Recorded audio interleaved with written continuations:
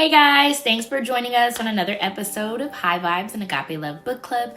I'm your host, Alex, and if you're new here, welcome. If you are returning, then welcome back. Now, don't forget to hit that subscribe button and join our book club so that you don't miss more reviews like this. So, I'm super excited to be bringing you your next great listen, and yes, I do always say that. However, this time I'm serious. We're talking about Butterfly 4 by Ashley Antionette.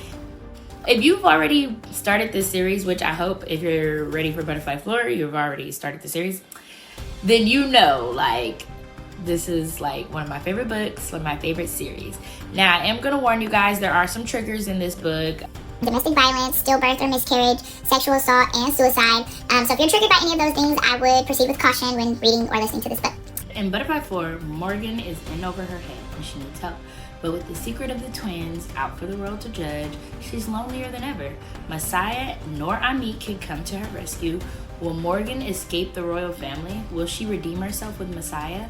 Will Amit ever look at her the same? Will her disloyalty to Ethic be the thing that brings his kingdom falling to the ground? So, if you forgot where we left off in Butterfly 3, I will fill you in, okay? Basically, the secret about the twins being messiahs is out, and everything is pretty much going downhill from there. Ari was pretty much telling Issa that she wanted to help him do whatever it is he needed to do to get out of the game, and that he didn't need any other females. Bash was berating and beating Morgan pretty much for telling Messiah the truth about the twins. Anik, who had just found out about the twins, who was devastated because obviously he's in love with Morgan, decided to lay up with Livy, and Ethic, Messiah, and Hendrix were pretty much just arrested. So that's where everything left off. I know I had forgot because I waited such a long time to catch up. So question number 1, what do you think about the narrator? The narrator in this title is absolutely a 10,000 out of 10.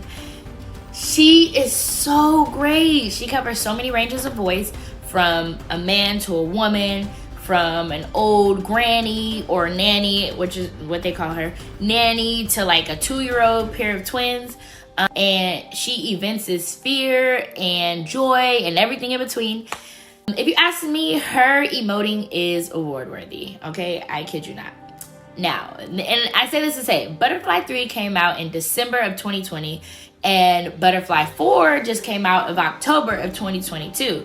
When I tell you I waited the whole 2 years, I was not gonna read this book. I had to listen to it. I needed to hear I needed to hear it in her voice because, I'm addicted. So, okay, and I also want to know, which voice is your favorite voice? Y'all know I'm in love with Ethic, okay? If I have another son, I'm probably gonna name him Ethic. Let's be honest. Besides Ethic, right, because I don't want to be biased, besides Ethic, if I had to pick a favorite voice, I love Arya's clapbacks. She's real slick. I love her voice. But I think I would have to go with Hendrix, the teenager in the story. On one end, he reminds he's just a teenager, he's just a baby. But on the other hand, he's he's so cute. Him and Bella are going to be so cute together. I don't know. So if I had to pick Ethic, definitely number 1. But if I'm not being biased, I would say Henny is number 2, my favorite voice. What about you? Let me know in the comments. What was the heat level? All right, when they say heat level, we're talking about sex, right? So in my opinion, the heat level was a 4 out of 5. Don't get me wrong, it gets real nasty. We all know how Ethic and Alani get down, okay? We all know how vulgar Ashley Antionette can get. So this book is definitely as vulgar and as nasty as the other books in the series. However, I don't think there were too many sex scenes. You know how sometimes when you're listening to a good book and it's they're having sex every 5 minutes, you're all right, enough of this porn. No, it was just enough to remind us, how they get down, but it wasn't too much. It wasn't overwhelming. However, I will say, we all know there are 2 teenagers in love in this book, and they do have their little scene, which I was a little uncomfortable with. I was I don't want to hear that. I don't want to hear. They don't have to go into such detail. You know what I mean? But yeah, just give you guys a warning there. To each their own. Yeah. Did the story unfold the way you expected it? Absolutely not. And yes. Okay, so when I say that, I mean Yes, we all know that Ethic and his crew save the day. They always save the day. They always come to whoever is rescued needed to be rescued within their crew. However, I will say that I had definitely underestimated Bash and his family. I did not. I knew that they were royal, but I didn't realize how far he would go and how far his reach went. That's why I would say it didn't necessarily unfold the way I expected. I will also say this particular book within the series of Ethic, Butterfly, Moth to a Flame, it brings the whole thing full circle. Like, they were pretty much she brought back names that we haven't heard since Moth to a Flame. She cleared up questions that we probably forgot we had questions about. So I would definitely say she pretty much touches on every spinoff that came from Ethic, and she brings it all together so beautifully. Like, this is such art. This whole series is such art. Was the characters' connection believable? Now, this is a question I'm sure we've all second guessed throughout the series. Is Ethic and Alani's connection realistic? Can you really forgive and love the man who killed your child and your brother, for that matter? I don't know. We all would probably say no. I would kill him. Like, I would have him arrested, X, Y, and Z. However, when you read the story and you're like, man, I don't know. I can see why she loves him. You know what I mean? But I feel like we really can't say it unless it was us in that particular situation, and that's just my opinion. More so, we're going to talk about Morgan and Messiah and Amik's love. Like, this is Morgan's spinoff, right? Are the connections realistic? I would say yes. But everybody knows that I'm a sucker for love. I love love, and So, I don't know. Don't trust me. But I definitely think that all of their connections are real. Her and Messiah's connection is dangerous and passionate. But her and Amik's love were like safe and passionate, I guess you could say. I don't know. But either way, it was definitely realistic to me. Did you fall in love with either leads? If you didn't fall in love with Ezra Okafor in Moth to a Flame, you literally had 6 ethics to change your mind. However, this is Morgan's story. And if I'm in love with anybody, it's definitely Miki. Okay, don't get me wrong. I love me some Morgan and Messiah, M, right? I love their love story.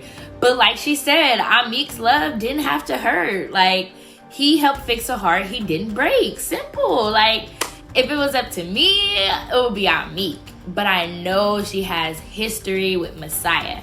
So, I don't know. If I had to pick, I would say I would have fallen in love with Amik. Did this book make you want to read the next one in the series? I'm going to assume that if you made it this far, you have at least read Butterfly 1, 2, and 3, because this is Butterfly 4. If you're new here, then know that I have read and we'll talk about the whole ethic verse, as I call it. So when I say the ethic verse, I'm talking about Moth to a Flame. I'm talking about all the ethics 1 through 6. Talking about all the product plans 1 through 5. I'm talking about both Luxes 1 and 2. I'm talking about all the butterflies 1 through 4. I'm talking about the invitation. I'm talking about Christmas with the Okafors.